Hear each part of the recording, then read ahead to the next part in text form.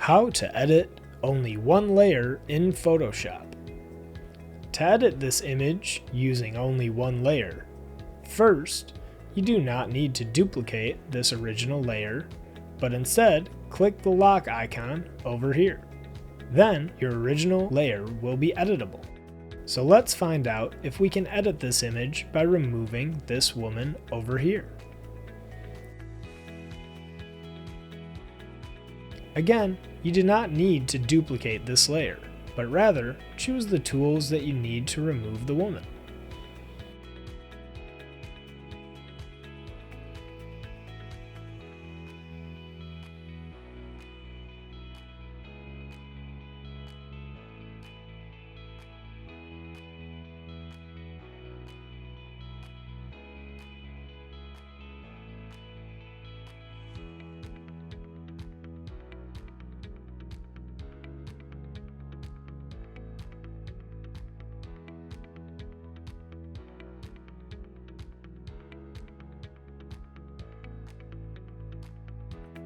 Now we have edited this image by removing the woman without duplicating or adding new layers.